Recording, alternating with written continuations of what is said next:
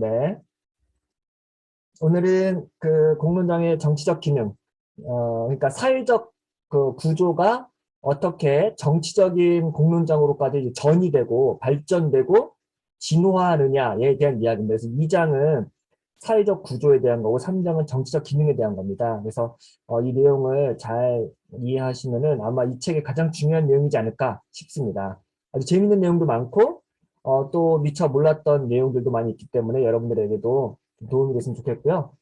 제가 대단하게 제가 내용을 발표하기보다는 책 내용을 가능하면 제 말로 좀 쉽게 제가 이해할 수 있는 수준에서 좀 이렇게 바꿔봤어요.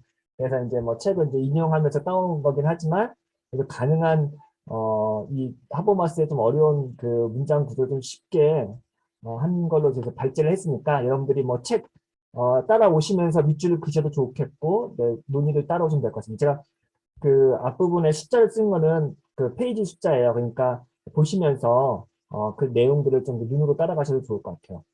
네, 그러면 본격적으로 잠시만요. 이제 강의 시작하도록 하겠습니다. 2장은 공론장의 사회적 구조입니다. 먼저 개요 몇 가지 이제 쭉 하는데요. 어, 그 서문이랑 1장에서도 하본맛을 얘기했는데, 이게 공론장이라고 하면은 사람들이 모여서 함께 공적 퍼블릭 어피니언을 만들어가는 과정이라고 생각하기 때문에 굉장히 공적인 걸 생각하지만, 제가 이번에 공부하면서 느낀 거예요. 공론장의 첫 번째 출발은 프라이버시, 개인의 발견이더라고요.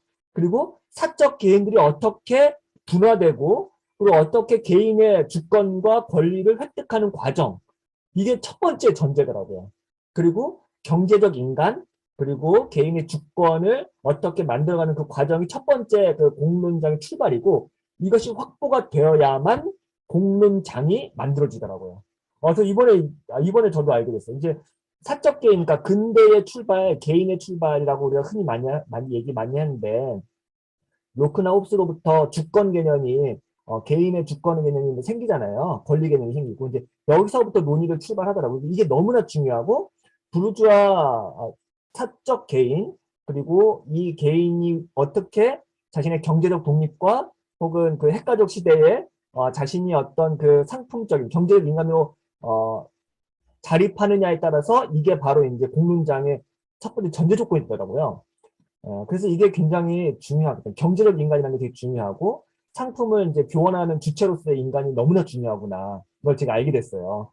그것도 좀 약간 저 개인한테는 아이러니였던 거죠. 이제 공론장이라고 했을 때 공공성이라든가 공화주의를 굉장히 생각을 많이 했었는데 오히려 그러니까 이건 하버마스의 특징일 수도 있겠는데요. 나중에 제가 얘기하겠지만 하버마스나 롤스 같은 경우는 기본적으로 칸트로부터 시작하기 때문에 인간의 이성이라든가 그 이성의 합리성 그 합리성은 결국 개인의 합리성이거든요. 일단은 거기서부터 출발하는 게 이제 공론적인 구조경쟁의 대전제인 것 같아요.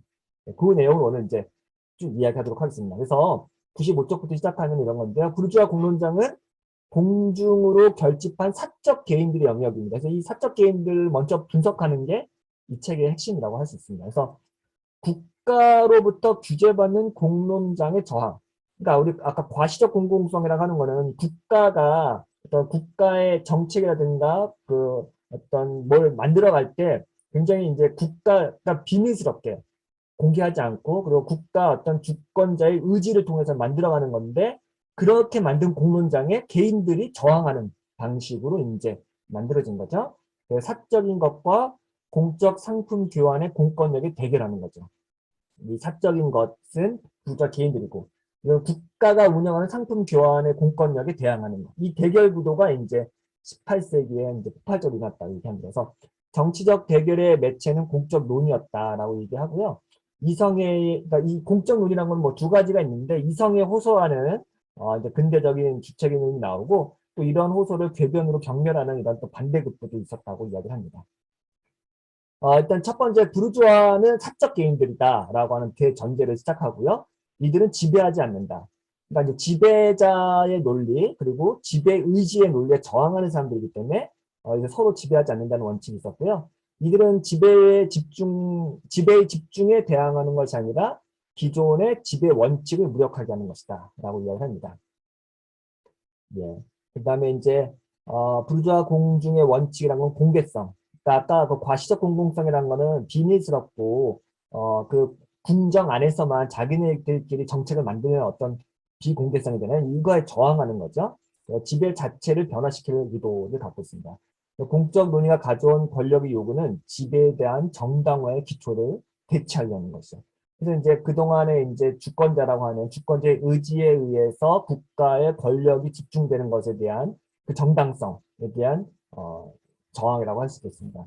그래서 이제 중요하게 생각하는 게 프라이버시, 개인성, 개별성의 출현인데 이거는 사실 우리가 뭐 그냥 아주 상식적인 차원에서 뭐 근대 철학의 출발을 개인의 이성이라든가 개인의 발견 이런 얘기 많이 하잖아요. 역시 하버마스도 그걸 굉장히 중요하게 생각하고요.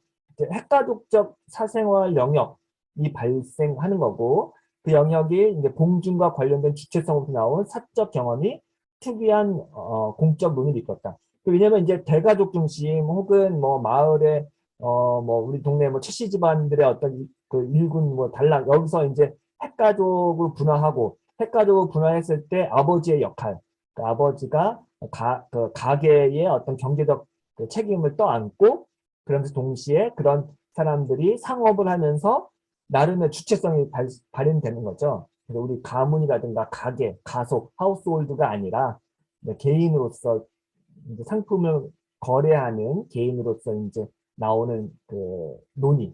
그러면서 이제 그런 개개인들이 모여가지고 서로 공정하게 거래하고 그 교환 정의가 실현되는 곳. 그게 이제 공적 정의의 어떤 출발이라고 하는 거죠. 그래서 이제 핵가족의 사생활로부터 출현한 주체성이 고유한 이제 고유한 이제 공중을 형성하는 거죠. 이게 이제 되게 중요하고요. 이런 공중이 공권력의 공공성을 문제시하고 결국 정지시키는 결국은 이제 상업이라고 하는 거, 그래서 무역이라고 하는 것, 그리고 사람들이 자유로운 교환이라고 하는 이런 것이 이제 결국 이 공권력을 무너뜨리는 굉장히 큰 역할을 한다라고 얘기하면서 또 하나는 이제 문해적 공론장에 대한 이야기 이제 나중에 할 텐데 이것도 굉장히 중요한 역할을 하더라고요. 이 문해적 공론장이 정치적 공론장에 가기 위한 어떤 그 처음에 발화 역할을 했다라고 하고 공론장 연습장이라고 합니다. 문해적 공론장이라는 거는 이제 돈을 이제 번 사람들이 무역을 하거나 뭐 한 사람들이 뭐 그림이라든가 시라든가 문학 소설이라든가 작품들을 판단하고 비평하면서 나름 이제 그 귀족과 같은 귀족 놀이를 하는 거죠. 일반 시민들도. 그러면서 자연스럽게 의견이라는 게 생기고 의견 교환이 생기고 그래서 이제 자본이 누적되면서 이 사람들이 정치적인 판단질까지 하는 역할까지 승화되는 거죠.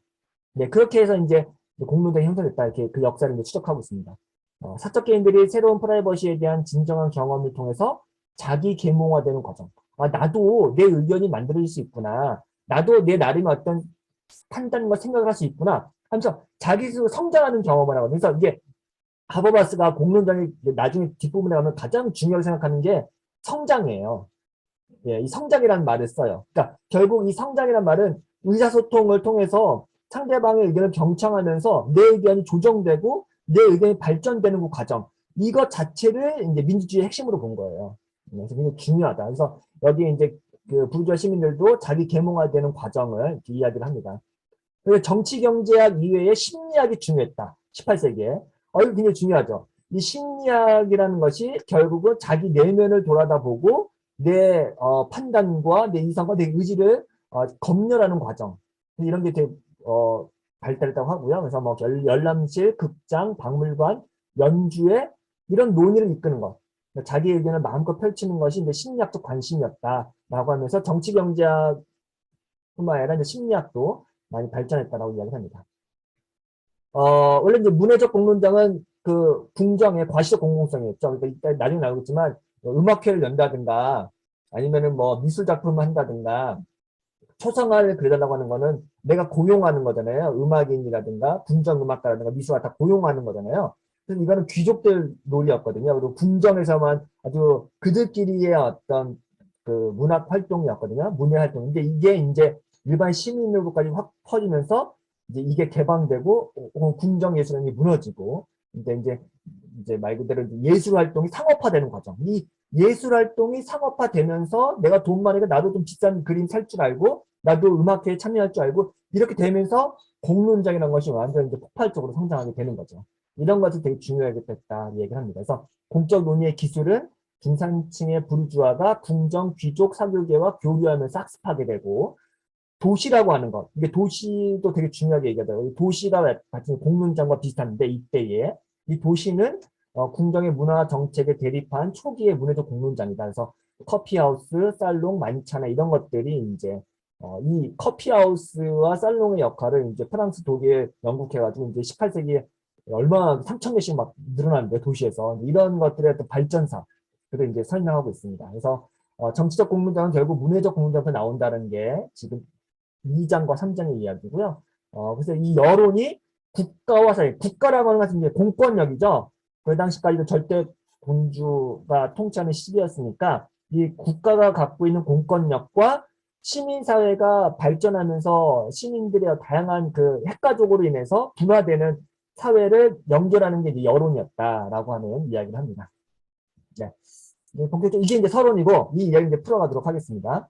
공론장의 제도들 얘기하는데요. 17세기 프랑스에서 르푸블릭은 이제 예술의 수취인, 소비자, 독자, 관람 계획을 뜻했다라고 이야기하고요. 소수의 부르주아 상류층과 함께 일부의 도시 귀족을 의미하기도 했다. 궁정과 도시가 이런 초기의 공주에 속한다라고 하고 일단 약간 과도기였던 것 같아요. 귀족주의적 사교 집단으로부터 근대적 요소가 성장하고 살롱이 등장한다라고 이야기를 하네요. 궁정의 문화적 기능이 공공성의 담지자뿐 아니라 공공성 자체가 변한다. 그래서 이제 궁정의 그 어떤 문화적인 것이 이제 살롱으로 넘어오고 이제 조금 더 대중적으로 넘어오면서 공공성에 나가는 개념 자체가 바뀐다는 거죠. 영국에서는 이제 1680년부터 1730년 사이에 커피하우스가 번창하는데 처음에는 이제 문화적 비판의 중심지였으나 나중에 정치적 비판의 중심지.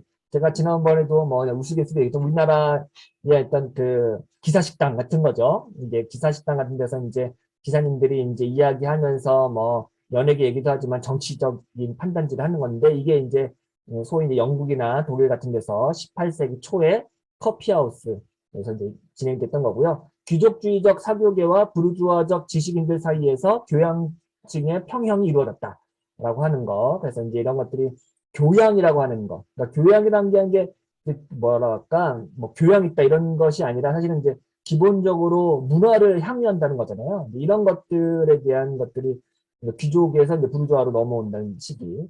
18세기 초만 하더라도 런던에서 3,000개가 넘는 커피하우스가 등장. 이거 어마어마한 거죠, 이게. 대단하죠? 예. 엄청나게 생기고, 여기에 이제 고정 고객의 핵심층을 보유하게 된다. 이런 이야기를 합니다. 그래서 커피하우스에서 이제 문학이라고 하는 것은 이 당시에는 이제 평론이라든가 비평이라는 게 그렇게 자리 잡지 않았으니까 일단 거기서 문학작품을 누군가 발표하고 이야기를 하면은 여기서 자신을 정당화하기 위해서 내 문학작품을 거기서 이제 뭐 소위 오늘날로 말하면 이제 초연하는 거죠. 그런데 이제 그런 것들을 이제 할 때 설명을 하고 이 작품에 대해서 자기가 이제 정당화하는 작업도 있었다고 합니다. 그래서 예술작품과 문학작품에서 발화된 논의, 이 작품의 작품성은 어떻네, 음악성이 어떠네, 이거는 이렇네, 저러네, 이렇게 논의하는 그 비평, 판단, 이런 것들이 경제와 정치로 확장되는 거죠. 예, 이런 게 나오고요. 정치라고 하는 것은 사실은 그때까지만 해도 귀족이라든가 그 왕궁, 궁정에서는 어떤 그들만의 것이었는데 이제는 이제 그 문화적 공론장이 이제 정치에 대해서도 이제 평가를 하고 비판을 하는 역할까지 가게 되는 거죠. 뭐 여기 뭐 그러면 이제 살롱이라는 것은 뭐 여성이 많이 다녔고 커피하우스는 남성만 이용했다고 하네요. 우리나라는 조금 다르긴 한데 아무튼 네, 커피하우스에 남성이 가서 이제 뭐 비슷한 사람끼리 만나서 김 사장, 뭐 박 사장 만나가지고 자기네 뭐 자랑하면서 또 동시에 이제 작품 활동을 같이 향유하고 이제 수다를 떨었던 그런 곳이다라고 할 수 있습니다. 커피하우스는 자유로운 참가를 허용하고 넓은 계층, 이때는 수공업자나 소상까지 포괄 하는 굉장히 그래도 계층 넓은 어떤 모임이었다라고 합니다. 프랑스 살롱 같은 경우도 이제 이야기를 하는데요. 살롱에서의 정신은 더 이상 후원자에게 봉사된다. 이게 굉장히 중요하죠. 그동안은 예술인들이 귀족들에게 돈을 받고 후원을 받고 후견인이 있었잖아요. 근데 더 이상 이제 나를 고용하는 전속 귀족을 위해서 작품 활동을 하는 게 아니라 지금 시장에 내 작품을 내놓는 거죠.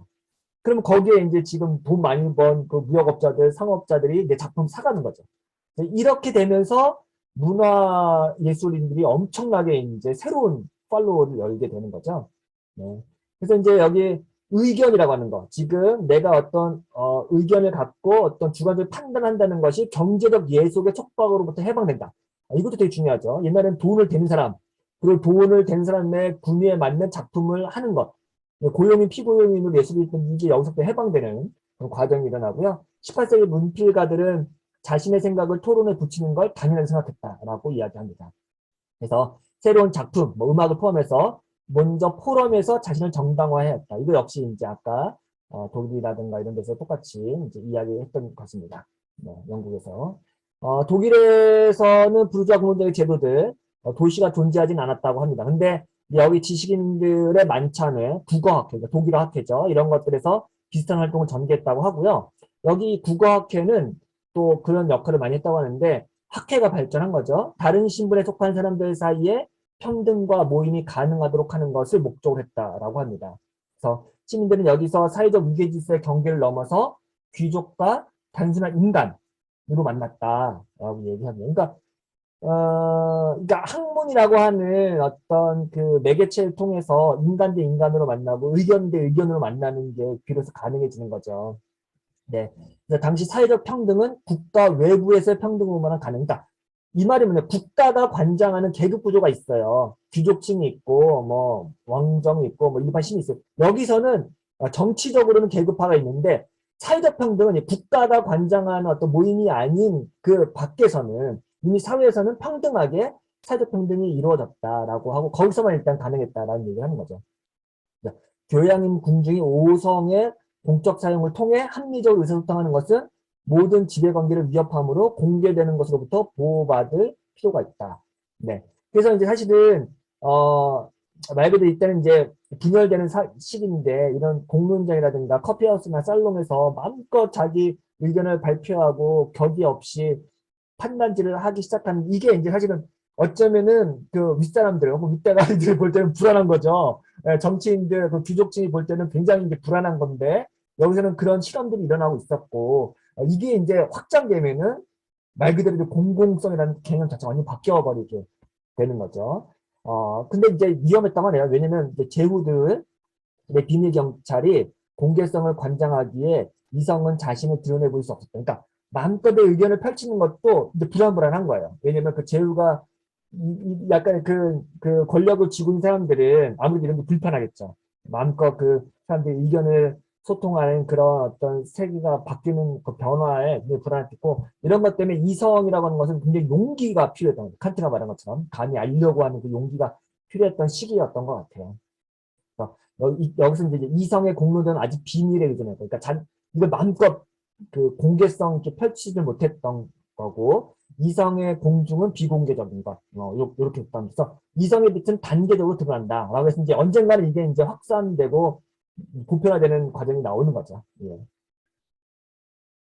그래서 이제 뭐 여기 만천의 살롱, 커피하우스에 기준, 제도적 기준들이 있었는데, 첫째, 뭐 세 가지 얘기. 첫째, 뭐 사회적 교제가 요구되고, 뭐 서열 의식에 반하여 경향적으로 동등함의 예의가 관철된다. 뭐 위계질서의 권위에 대항하여 논증의 권위가 더 우위를 차지하게 된다.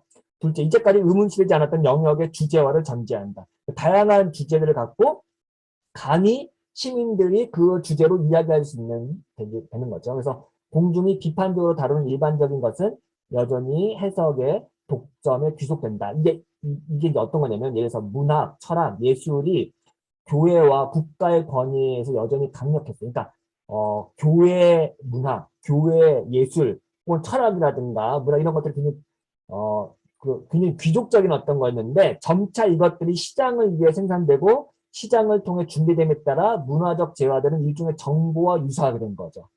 예, 이렇게 되는 거죠. 이제 그 해석의 독점권으로부터 계속 해방돼서 이제 시민의 것으로 오는 거. 그래서 이제 이것들은 교회나 궁정의 공공성의 과실을 위한 것이 아니게 되고, 그래서 공공성의 아우라가 생겨. 그러니까 비밀스러운 거는 아우라가 생기는 거잖아요. 그러니까 지금 궁정에서 귀족들은 지들끼리 어떤 굉장히 좋은 음악을 듣고 있는데 그게 뭔지 모르니까 신비감이 있고 아우라가 생기는 건데 이때부터는 말 그대로 예술과 문학 작품이 완전 공개돼 버리면서 그 아우라가 상실된다. 그리고 성스러운 성격의 세속화.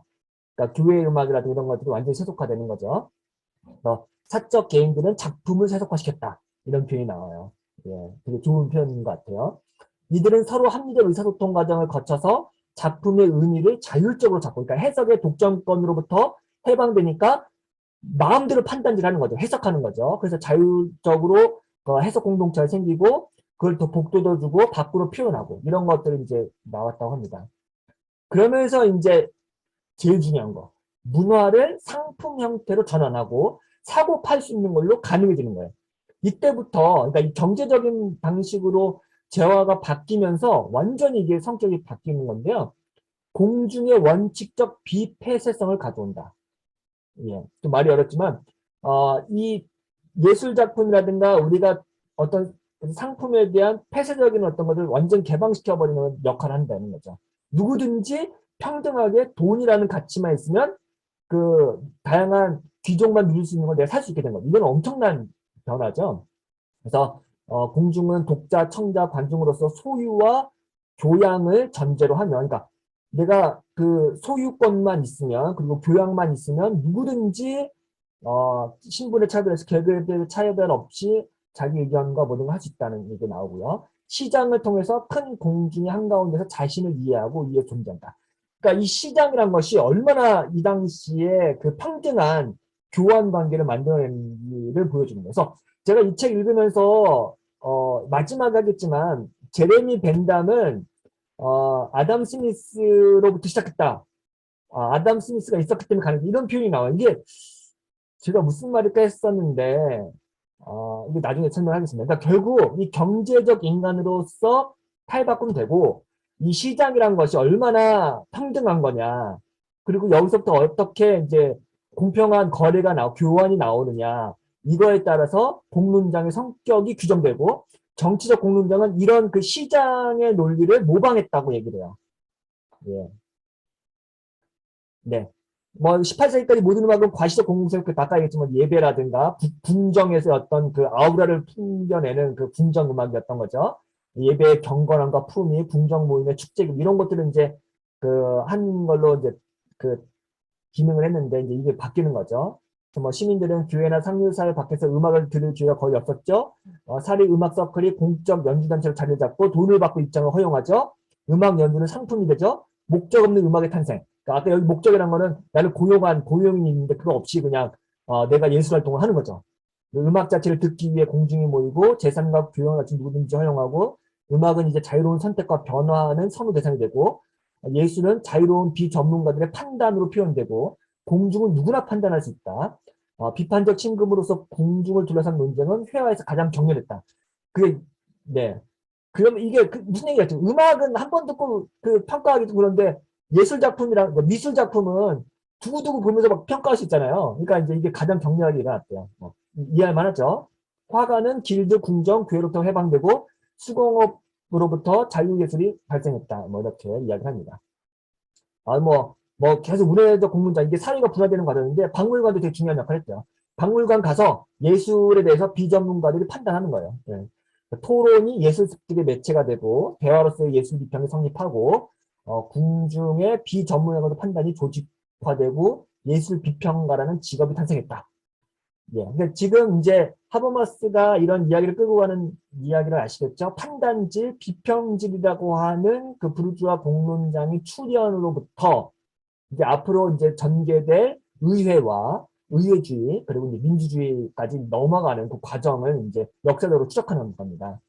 예술 및 문화 비평지 이런 것들이 제도화돼서 예술 비평의 도구로서 18세기에는 아주 이런 것들이 이제 보편화되고 공중도 대중들도 철학, 문학, 예술을 비판적으로 습득하는 과정을 통해서 스스로 계몽할 수 있게 되고 스스로를 계몽에 살아있는 과정으로 파고 이런 것 아까 다 얘기했죠. 그래서 네, 수천 개의 커피하우스가 서로 접촉하는 것은 같은 신문을 보는 거예요.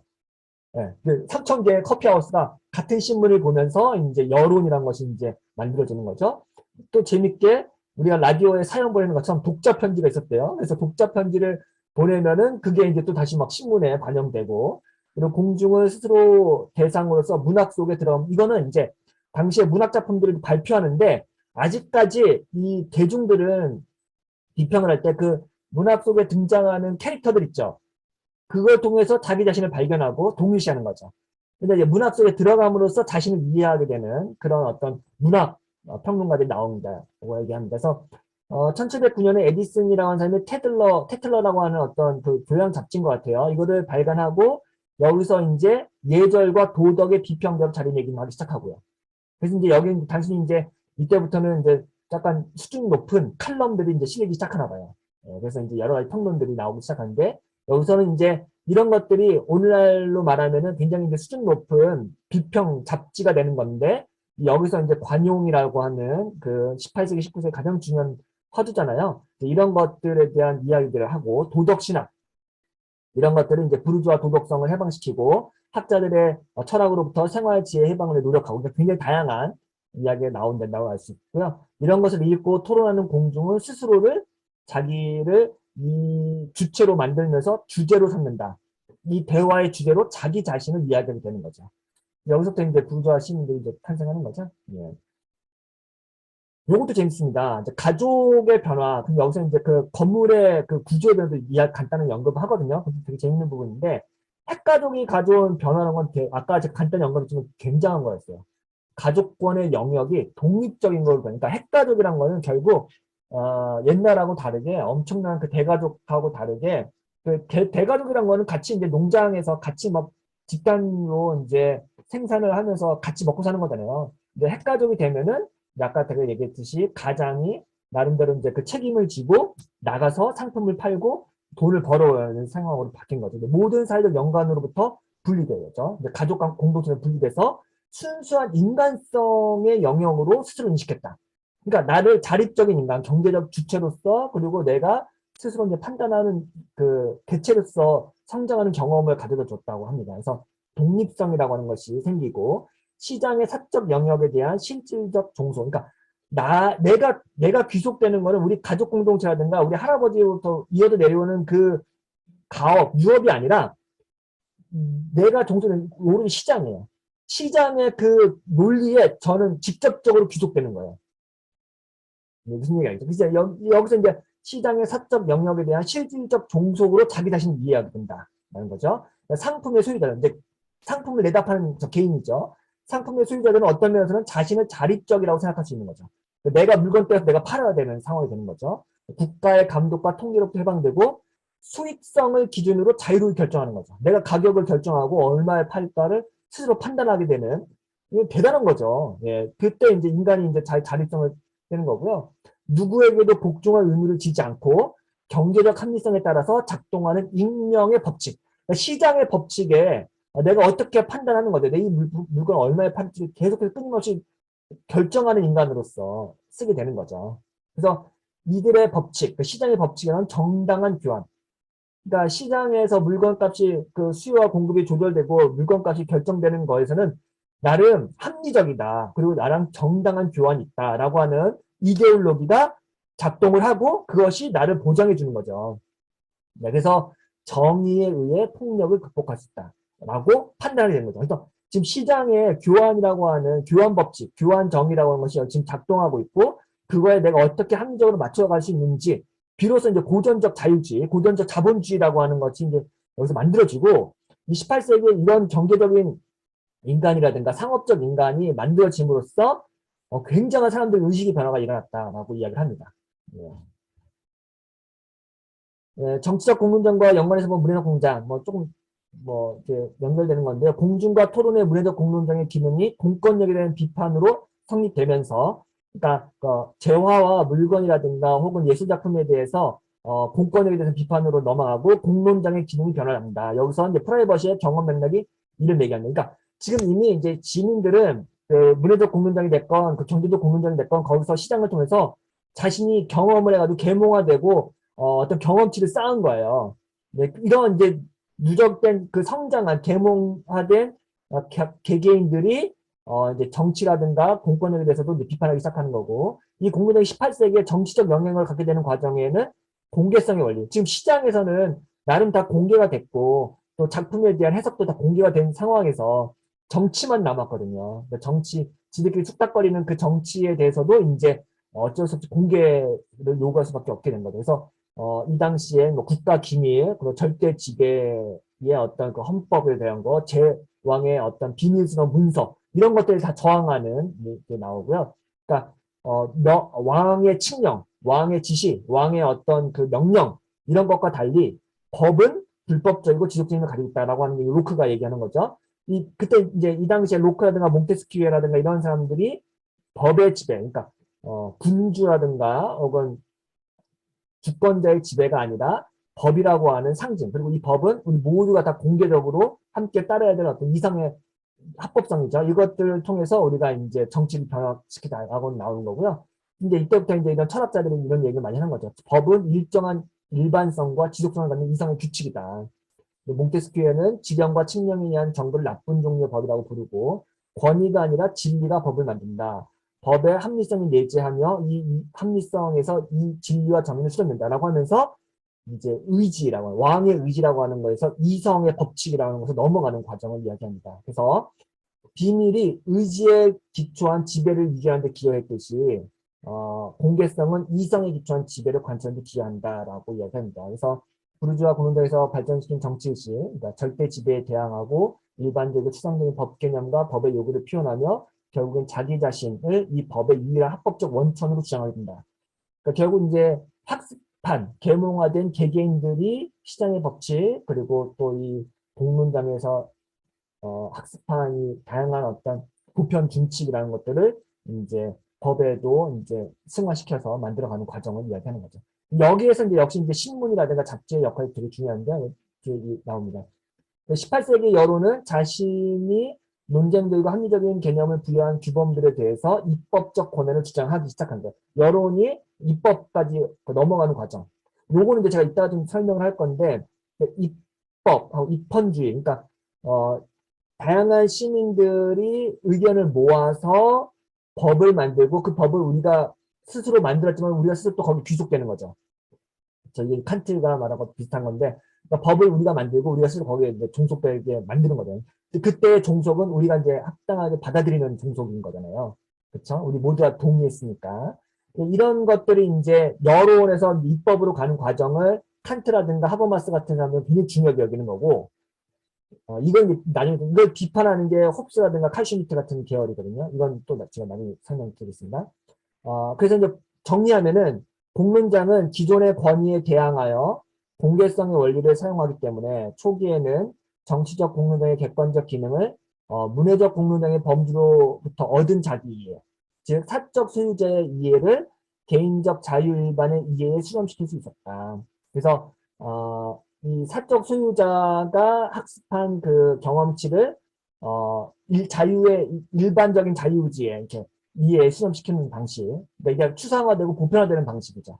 요걸 이제 이야기합니다. 네. 네. 시간이 좀 많이 갔는데 빨리빨리 해야겠네요. 네. 3장 공론의 정치적 기능. 중요한 얘기를 했기 때문에 좀 너무 빨리 가도 될 것 같아요. 영국이 확실히 이제 굉장히 이제 발전을 많이 했나 봐요. 영국은 정치적으로 기능하는 공론장이 18세기 영국에 처음 발생했다라고 얘기하고요. 신분제 의회가 근대적 의회로 변화했다. 근데 왜 영국이냐? 이것도 이제 재밌는데 하버마스 제가 아까 했지만 경제와 이제 시장 그리고 이제 문화적 공동 몇 가지 얘기하는데 영국에서는 그 17세기 후반에 회사들이 출현한대요. 그러니까 섬유, 금속, 재지 생산을 하는 대규모 회사들이 생산하고 이 기존 시장에 자리 잡은 9세대의 이익과 무역 및 산업을 통해서 새롭게 생산된 그런 그 상품 그리고 그걸 판매하는 회사 이 세대 간의 그 대립관계가 있었고 그러면서 자유롭게 시장이 형성되고 영국은행이 설립되고 자본주의적 생산 양식이 기초가 되고 뭐 이런 것들이 나오면서 자연스럽게 사전 검열제도 폐지되고 신문이 유입되고 정치적 결정을 내릴 수 있는 도구로 이제 발전하게 되는 거죠. 최초의 내각 정부는 의회 발전 새로운 단계로 발전하고 커피하우스가 정치적 불안의 온상으로 간주된다. 네. 네, 그만큼 중요한 이게 다 맞물렸던 것 같아요. 그러니까 상업하고 언론들하고 그다음에 이제 시민들의 자유무역 이런 것들이 이제 결합이 되면서 이것이 이제 조금씩 그 철폐를 무너뜨리고 사람들의 정치적인 주체로 만들어가는 것 같습니다. 몇 가지 이제 의미 있는 발전들이 있는데 1726년 볼린브릭이 크래프트먼이라고 하는 잡지를 창간하는데 이게 나중에 야당의 저널리즘의 기반이 된다라고 합니다. 야당이 만들어진다는 건 대단하죠. 의회가 이제 만들어지고 이제 여당에 이제 저항할 수 있는 어떤 말 그대로 이제 양당 정치 체제가 만들어진 건데 신문은 최초로 정치적으로 논의하는 공중의 비판적 기관이 되고 왕의 조치와 의회의 결의에 대한 항시적 비평과 비판을 신문이 하게 되는 거죠.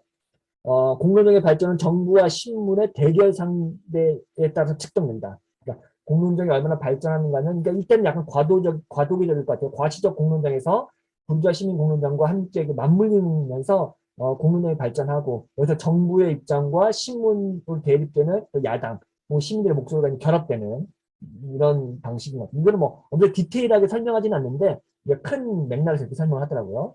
17세기 말에 영국에서는 이제 종교 내전의 종식과 함께 헌법이 세졌다.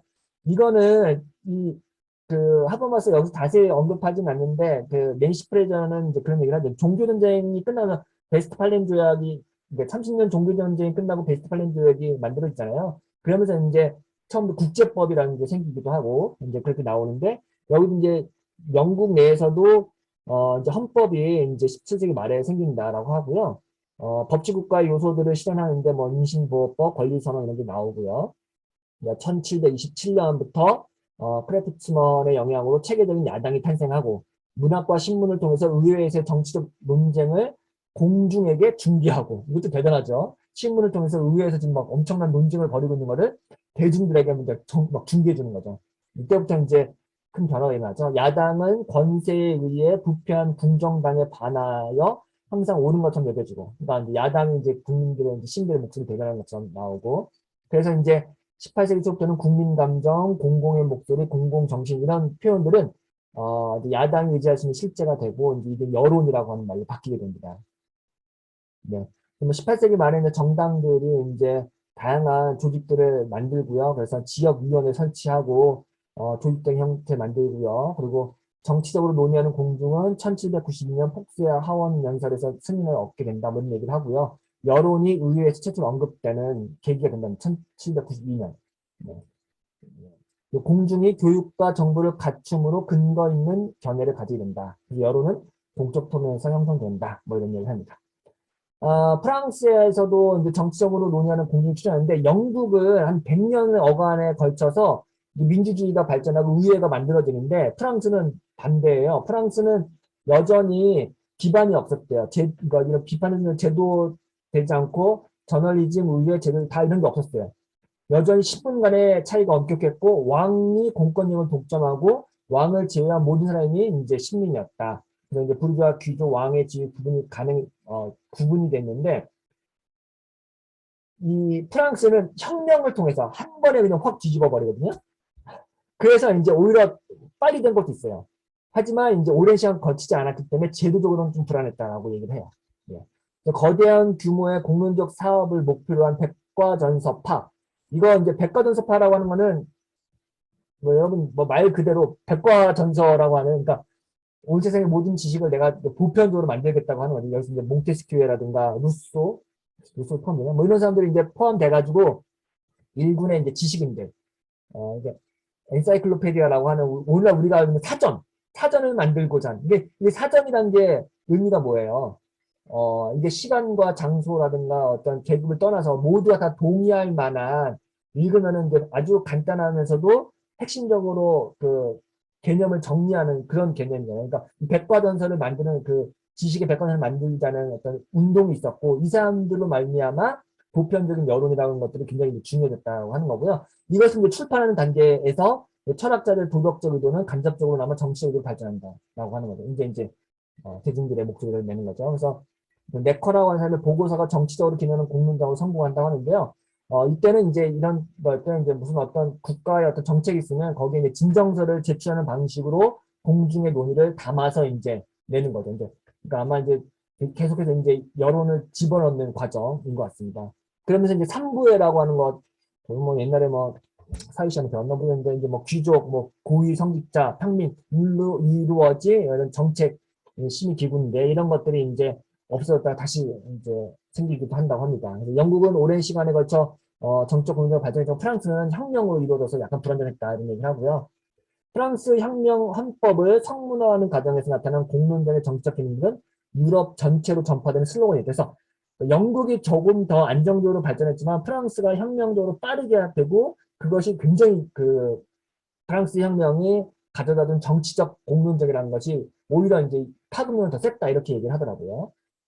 그래서 이제 1791년 헌법에서 공공성에 대해서 이렇게 언급을 한다고 합니다. 사상과 의견의 자유로운 전달은 인간의 가장 귀중한 권리의 하나이다. 그러므로 법이 규정하는 경우에 이 자유를 운용하는 데 대한 책임을 유부조건으로 하여 모든 사람은 자유를 말하고 쓰고 출판할 수 있다. 이런 것들 얘기하고요. 독일에서 정치적으로 논의하는 공중은 부르주아 사적 모임을 자리 잡고 있다. 아까 얘기했지만 뭐 독서회 얘기를 많이 하네요. 이런 것들이 역할을 했고 독서회의 어떤 민주적인 방식들 이제 뭐 회칙에 따라서 임원 선출하고 다수결로 신입회원 뭐 결정 이런 것들. 그래서 이 단체들이 이제 공중으로서 공론장 형성하는 데 충실하고 잡지를 읽고 토론하고 개인적 의견 교환하고 여론 함께 만드는 욕구들을 이제 실현했다라고 얘기를 합니다. 네.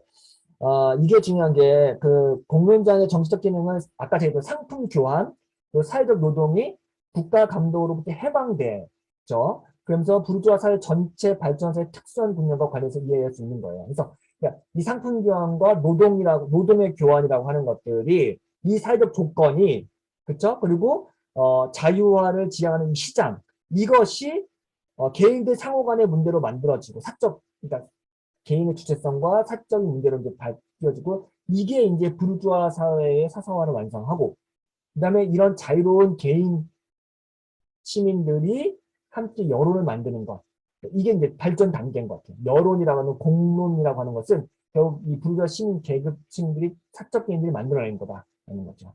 법도 역시 이 법이라고 하는 것도 개인의 주권들이 만들어내는 어떤 보편적인 법칙인 거죠. 그래서 법률행위의 자유로운 의사표현에 의해 성립된 계약은 자유경쟁하는 상품 소유자의 교환 과정을 모방한 것이다. 이해하셨죠? 그러니까 자유경쟁하는 상품 소유자들의 어떤 교환 과정을 모방해서 법률행위도 자유로운 의사표현을 통해서 우리가 모두가 함께 공유하는 법을 만들자 이렇게. 그래서 이 사적 계약이라는 것 그리고 교환 관계를 통해서 계약 일반 우리 모두가 공유하는 계약 일반을 만들어내자라고 하는 것. 그게 이제 법의 탄생, 입헌의 탄생이라고 하는 겁니다. 조금 빨리 넘어가면 사적 개인들 상호 간의 교리를 보장하는 규범체계가 발전하게 되고요.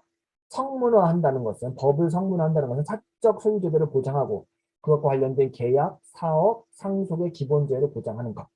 그러면서 성문화하는 거죠. 이런 과정을 통해서 사람들이 법이라고 하는 추상적이면서 보편적인 계약을 만들어낸다라고 합니다.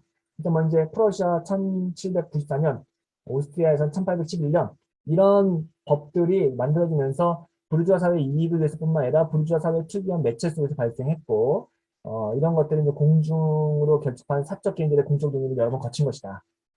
그래서 이제 프랑스에서 이제 비로소 1791년에 거의 모든 국가의 감독, 상업과 상업의 모든 신문적 주체가 제거된다. 이렇게 얘기를 합니다. 네, 영국에서도 이렇게 발전하고요. 뭐 쭉쭉 이런 발전들이 나옵니다. 그래서 사적 영역으로서의 부르주아 사회가 이 시기에 유일하게 공권력의 감독으로부터 상당히 해방된 결과 그 당시 정치적 공론장은 부르주아 법치국가에서 충분히 발전될 수 있었다.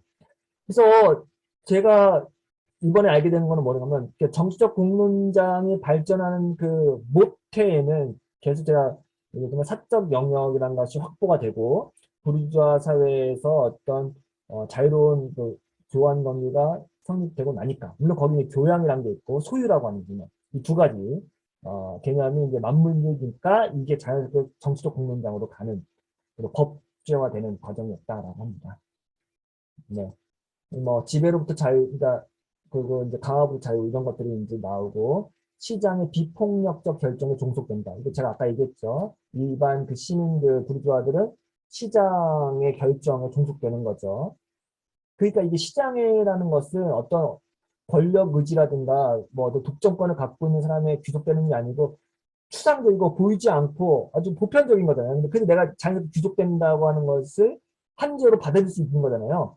이게 이제 바로 법의 지배하고도 맞물리는 것 같아요. 왜냐면 왕이 지배를 하고 왕이 통치를 내린 것을 봐야만, 그러니까 왕의 신체를 봐야만 이 통치가 제대로 된다고 생각했잖아요. 근데 이제 왕이 아닌 법이 통치한다고 했을 때는 사람들이 법을 어떻게 그럼 보이는 것도 아니고 뭐 뭣도 아니고 비가시적인 거잖아요. 그러니까 제 말은 이제 그 일반 시민들이 비가시적인 법의 통치를 자연스럽게 받아들일 수 있었던 그 근거가 지장이라고 하는 그거를 통해서 자연스럽게 자기가 귀속된다는 것을 알았기 때문에 그런 감각이 법의 지배까지도 이어지게 됐다라고 하는 거죠. 예.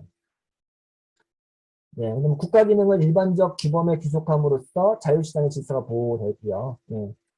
그래서 이제 뭐 이런 그, 이런 거죠. 뭐 이윤 기회 계산은 계산 가능한 기대에 따라 진행된 교류를 요구한다. 결국 뭐 합리적 인간, 뭐 계산 가능한 인간, 예측 가능한 인간 이런 걸 다 이제 근대의 특징이잖아요. 이런 것들이 시장과 맞물리고 그러면서 이제 개인들이 이런 교류를 그러니까 이게 불안전하지 않다. 예측 가능하고 계산 가능하기 때문에 내가 이거를 얼마에 팔 수 있다. 이런 것들을 예측하는 거죠.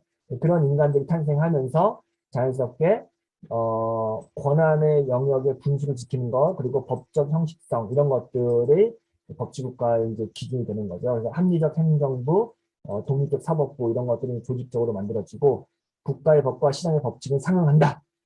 이런 것들. 양자는 국민과 사적 개인에게 어떤 예외도 허용하지 않는다. 이런 거. 이게 평등이 되는 거죠. 이 두 법칙은 객관적이고 개인들에게 조작될 수 없다. 근데 이런 일반 의지, 그러니까 시민들이 개인 누구와 한 명이 막 독점하는, 왕이 혼자 독점한다든가, 혹은 엄청난 독과점 하는 뭐 기업이라든가 개인이 막 하는 게 아니라 모두가 다 평등하게 그런 것을 만들어내는 베이스. 이게 이제 대단한 거죠. 네, 그게 이제 근대의 탄생이라고 할 수 있는데. 그래서 이 시장의 법칙을 자연의 법칙, 자연의 질서라고 이제 그 권위를 인정해 주는 거예요. 네, 그래서 일반적 규범은 부르주아적 교류의 이해관계를 지향하고요. 그 부르주아 법치국가가 법과 여론의 관계를 제도적으로 보장하기 위해 기능하는 공문장을 국가기관에 성립하죠. 그래서 법의 지배 일반의 해체를 지향한다. 예. 국가라고 하는 고전적인 국가 개념을 철폐를 목적으로 하고 있고요. 주권행위. 주권행위는 위작이라는 건 주권행위는 왕이 자기의 주권을 이제 행사하려고 하는 것 이런 거는 다 이제 위작이다. 잘못된 거다. 그 얘기를 하는 거죠. 입법권과 집행권의 구별은 이제 규칙과 행위들이 뭐 체계화하는 오선과 활동하는 의제 대립 이런 것들을 이제 모방하다 쭉 얘기하는데 제가 이 빨간색으로 한 거는 이제 하버마스는 전혀 언급하지 않은 건데 하버마스하고 완전 대립되는 계열의 사람들이 하는 것 중에 하나가 아까 했지만 입법은 법을 만드는 것은 그것이 권력으로 구성되었음에도 불구하고 어떤 정치적 의지의 결과물이 아니라 합리적 합의의 결과물이 한다. 이게 이제 그 부르주아 공론장을 통해서 만들어낸 시민들의 암묵적인 합의잖아요. 그렇죠? 그러니까 이 정치적 의지의 결과물. 아까 얘기했지만 왕의 주권이라든가 왕의 의지, 뭐 진곧 뭐 국가다라고 하면서 뭐 뭔가 이렇게 교서를 내리는 그런 게 아니다. 그렇게 하면 절대 안 된다. 그리고 합리적인 개인들이 합의, 컨센서스를 통해서 만들어내는 방식이 입법이라고 했는데 이건 이제 나중에 이제 막스도 비판을 간단하게 하는데 사실은 이게 하버마스 전제는 뭐예요? 그러니까 합리적인 개인들이 합의를 통해서 입법을 할 때 입법 행위 자체를 이제 정당화하는 거잖아요. 근데 칼 슈미트 같은 경우는 뭐라고 하냐면은 입법을 한다고 할 때 법을 만드는 거는 우리가 의회를 통해서 사람들이 함께 만든다고 생각하는데 의외로 이게 주권자의 결단이 들어갈 때가 훨씬 더 많다고 역으로 비판을 해요. 그래서 이제 다시 이제 주권자의 의지, 정치적 의지, 결단 굉장히 강조하거든요. 의회주의가 그러니까 사람들의 합의라고 하지만 이거는 뭐 그러니까 계급화된 이데올로기로 이제 막스처럼 비판할 수도 있고 칼 슈미트 같은 경우는 입법 행위 자체가 사실은 결국 이거를 결정하는 주체가 분명히 있더라라고 하는 것을 이야기합니다. 여기까지만 할게요. 그래서 이제 하버마스하고 칼 슈미트하고 대립되는 부분이고요. 칼 슈미트 같은 경우는 그래서 이제 의회주의는 결국은 결정 못 내린다. 의회주의란 것은 계속 역사의 후퇴일 뿐이다. 뭐 이렇게까지 비판도 많이 하거든요. 그거는 좀 나중에 공론장의 지배는 그 속에서 지배 일반이 해치되는 질서다. 그래서 권위가 아니라 진리가 법을 만든다. 뭐 이런 것들. 굉장히 합리적인 내용을 하는 거죠. 정치적으로 기능하는 공론장은 권력 그 자체를 토론에 붙인다. 다시 한번 얘기하지만 의지를 이성으로 전환시키는 작업. 네, 얘기하는 거죠. 기본권들은 공론장의 영역과 사적 개인들의 영역을 보장한다. 그래서 아까 그 기본법들이 이제 만들어지면서 이제 공론장을 보호해주고 사적 개인의 소유권의 어떤 권리 개념을 보장해주는 것이라는 그래서 이제 공중의 제도들과 도구들, 사적 자율성의 토대, 가족, 소유 이런 것을 보장해주는 게 법이죠. 이 법이 있기 때문에 자유로운 경쟁도 가능하고 교류가 가능한 거죠.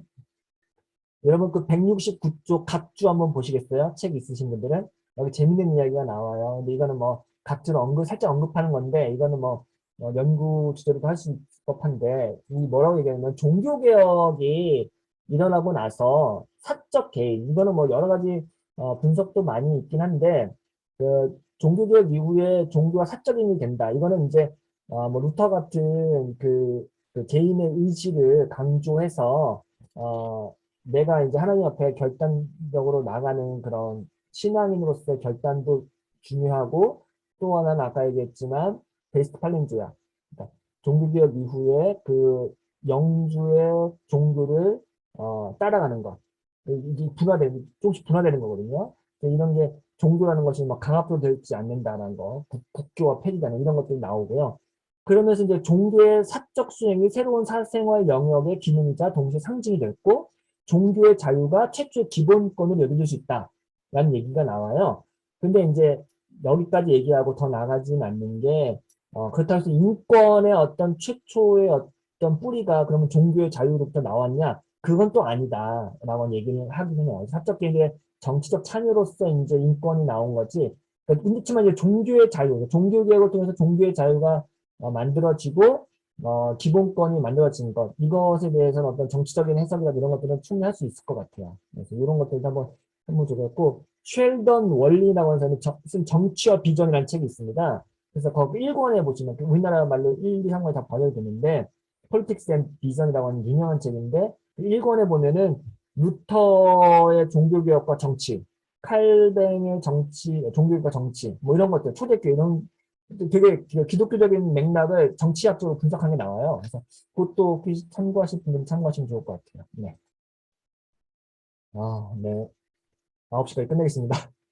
공론장은 이제 하나의 조직 원리가 되고요. 그래서 이제 법치국가는 권력이 중립화되는 것을 이제 지향하고 사적 영역의 요구에 공권력을 종속시킨다. 예, 이렇게 얘기합니다.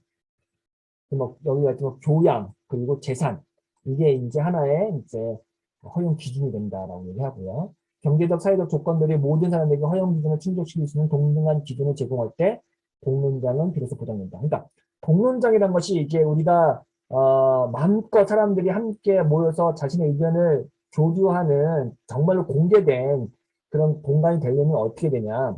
경제적, 사회적, 그리고 법적 이런 것들이 이 모든 사람들에게 충족이 될 때, 그리고 동등하게 제공될 때, 공론장이 비로소 보장된다라고 하는 말은 이 그 계몽주의 시대의 이 공론장의 탄생을 추적한 하버마스의 어떤 그 원리예요. 이걸 뽑아와서 오늘날 굉장히 비판적이고 어세서블하고 오픈된 공론장을 만들어내는 게 아주 기본적인 거다. 그래서 이제 누구도 배제하지 않고 누구든지 참여할 수 있고 누구의 목소리도 묵살하지 않는 그런 공론장. 가장 보편적이고 가장 열린 공론장. 이것을 이제 기대하는 게 하버마스의 프로젝트라고 할 수 있겠습니다. 네. 네, 여기까지 할게요. 칸트라고 그 해결이 있는데요. 그 칸트 같은 경우는 뭐 읽어보시면 어렵진 않아요. 그래서 저는 굉장히 그러니까 홉스하고 칸트 대결해서 아까 말했던 칸트 같은 경우는 이제 그런 공론장에 대한 얘기, 공공성에 대한 얘기를 많이 했다고 하고요. 인간 이성의 자율성 그리고 보편성 이런 것들을 통해서 계몽 이야기 한다고 합니다. 네. 이거는 뭐 그냥 여기 아까 그 있지만 뭐 홉스, 로크, 뭐 칸트, 헤겔, 밀, 토크빌 쭉 나오거든요. 5장은, 4장은. 근데 이런 것들 내용이 너무 많더라고요. 그래서 제가 뭐 간단히 소개를 간단히 정리를 했으니까 읽어보시면 뭐 어렵진 않을 거라고 생각이 듭니다. 네. 여기까지 하겠습니다.